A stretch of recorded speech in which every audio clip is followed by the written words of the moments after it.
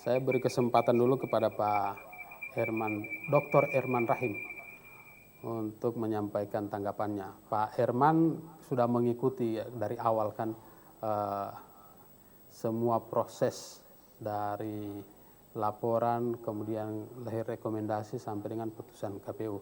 Silakan Pak Herman. Sedikit memberikan beberapa pandangan saya terkait dengan dinamika pilkada di Kabupaten Gorontalo pasca rekomendasi Bawaslu maupun keputusan dari KPU Kabupaten Gorontalo. Yang pertama, dari perspektif hukum administrasi negara, keputusan itu tidak boleh cacat yuridis. Sedikit pun tidak boleh cacat yuridis. Itu hukumnya. Baik itu secara formil maupun materi.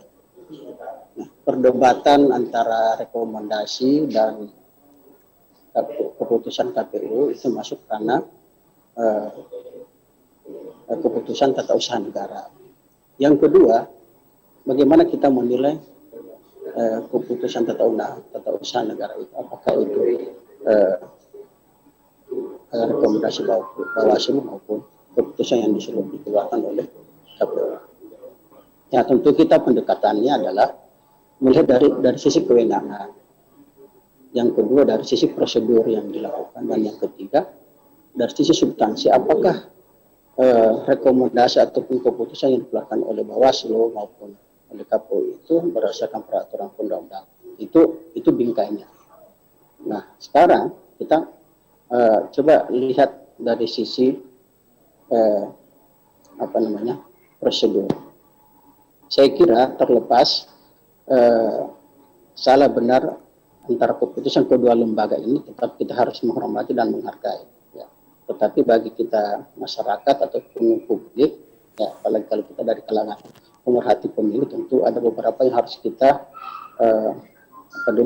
kaji, ya, apakah yang dilakukan oleh lembaga ini memenuhi asas-asas hukum, ya, ataupun peraturan-peraturan perundangan yang berlaku. Nah, menurut saya, ya, keputusan yang dikeluarkan oleh KPU Kabupaten Gorontalo, ya itu nomor 658, ya, berupa beberapa ada formatnya itu, ya, yang mengikuti PKTU nomor 25 tahun 2013, ya.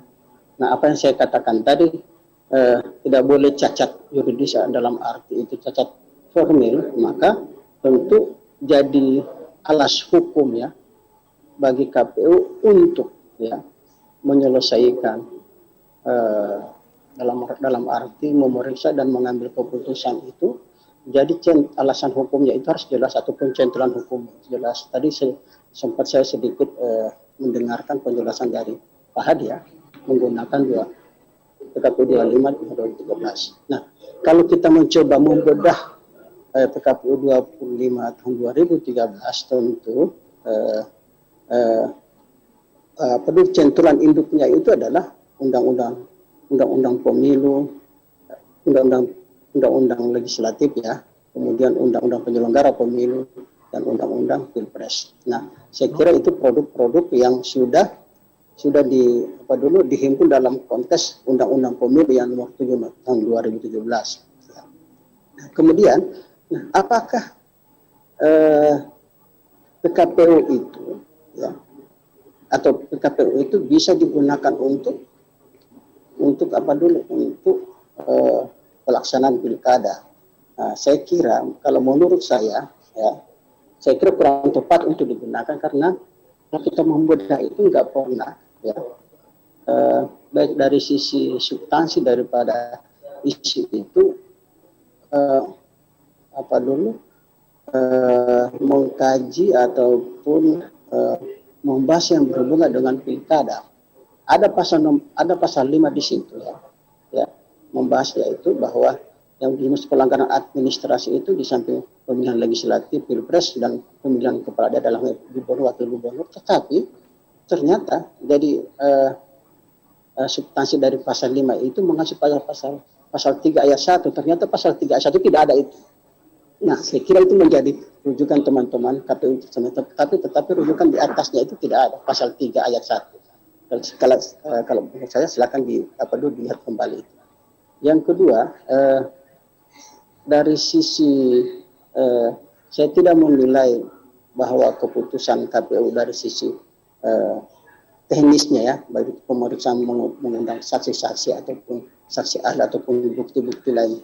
Saya tidak mau masuk wilayah itu, tetapi apapun alasannya bahwa putusan KPU ini sudah keluar, ya, tetapi menurut saya bagi pihak-pihak yang mungkin kurang merasa puas ataupun tidak merasa dirugikan dengan putusan KPU, saya kira perlu diuji, ya, perlu diuji.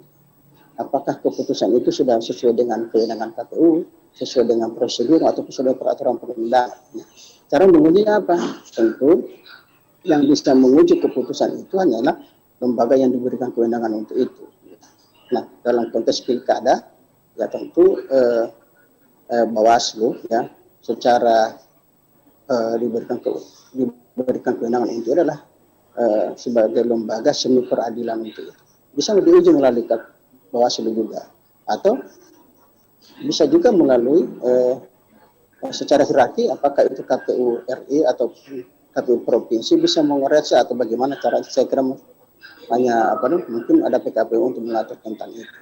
Tetapi kita lihat bisa ada praktik-praktik sebelumnya terhadap itu, misalnya peristiwa di Belang sana, ya kemarin ada beberapa kali salah satu calon itu dihidupkan kemudian dimatikan. Tentu itu ada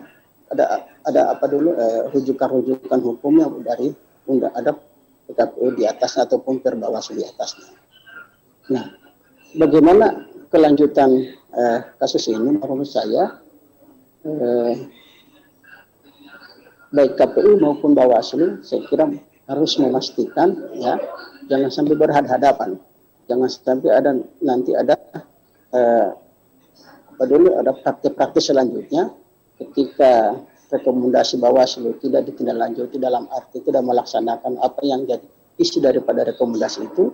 Bisa saja ada praktik yang akan datang itu, misalnya Panwascam ketika menemukan pelanggaran administrasi diteruskan kepada kemudian tidak ditindaklanjuti. Nah, itu akan memberikan dampak tidak kepastian, ya, kepastian hukum, dan tentu akan menimbulkan ketidakpercayaan. Nah,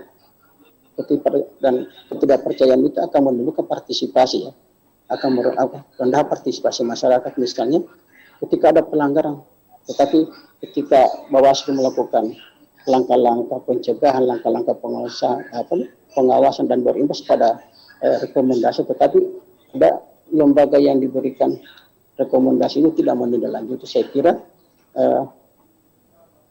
ini yang harus kita pikirkan dan harus duduk bersama antara penyelenggara pemilu. Nah, tetapi apa yang disampaikan Pak Salahuddin tadi, ya, tetap harus kembali kepada norma-norma yang harus ditaati bersama. Misalnya ketika KPU tidak melaksanakan rekomendasi, maka ada peringatan, baik itu sanksi peringatan tertulis maupun lisan. Dan tentu bagaimana bentuk peringatan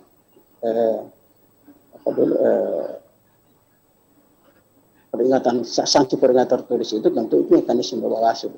Nah, menurut saya kira masih ada langkah-langkah selanjutnya, ya, sehingga tidak ada kebuntuan hukum bagi saya. Tetapi menurut saya dari tema tafsir ini, saya kira yang bisa menafsirkan hukum itu, ya, tentu orang yang ataupun lembaga yang mengeluarkan ataupun yang menerbitkan hukum itu, ya. Yang kedua, hanya lembaga peradilan yang bisa menafsirkan hukum. Nah, bagaimana dalam konteks KPU dengan Bawaslu, ya, Bawaslu ini setelah pada saat pilkada serentak, mereka ini diberikan kewenangan yudisial, ya, yang bisa memeriksa, bisa mengadil, dan bisa seperti semi peradilan. Artinya dalam praktek-praktek ketatanegaraan ada lembaga-lembaga non yudisial tetapi diberikan kewenangan untuk melaksanakan kewenangan yudisial, misalnya seperti peradilan. Nah, keputusan yang dihasilkan oleh Bawaslu itu ya sama saja dengan lembaga-lembaga peradilan, apakah itu bersifat keputusan ataupun rekomendasi, itu punya daya ikat yang mengikat untuk semua pihak. Cuma terkadang kan para pihak itu tidak melaksanakan apa yang sesuatu. Tetapi dalam rangka penegakan hukum, dalam penghormatan hukum, terlepas benar atau salah keputusan KPU, keputusan Bawaslu atau rekomendasi Bawaslu harus dihormati juga, karena itu untuk memastikannya.